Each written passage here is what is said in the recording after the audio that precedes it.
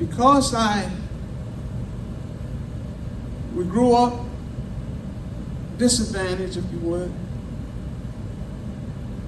not having a lot, if you would, struggling, I would say, if you would. But what I want to leave, because I remember Kylie before, I knew you before you knew you. I knew you when you was in mother's womb. But my point of saying what I'm saying, not just to encourage Isaiah, right? Is that Isaiah and Kylie, but everybody in the building. Don't be ashamed of where you come from. That's right. Although we grew up, I'm just poor, there was a lot of love in the house. There was always food on the table. And I grew up basically from a single parent, my mom, working two jobs, and at one time I was going to school, raising 4 kids. And a lot of times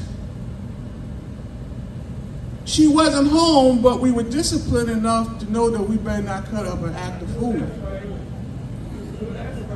Now I know things have changed and things are different now, because back when I was coming up, your neighbor could spank you. If you go to school and you cut up, the principal, Mr. Monk, anybody remember U.S. Wigan School? Mr. Monk had a big giant paddle.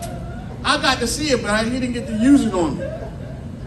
However, back in that day, I'm not saying he had diapers or not, but if you cut up in my house, 339 Sycamore Street, and you cut up over U.S. Wigan School, my mom would go up there.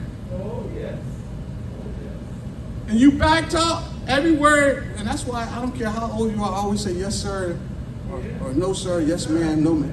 Even if you call it, I say yes ma'am, yes.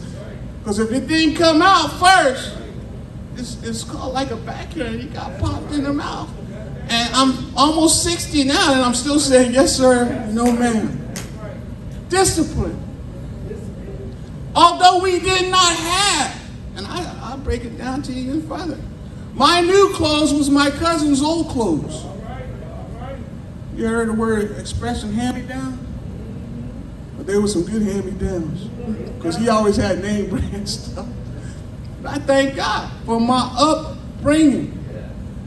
And the message I'd like to leave for you today is to rise above.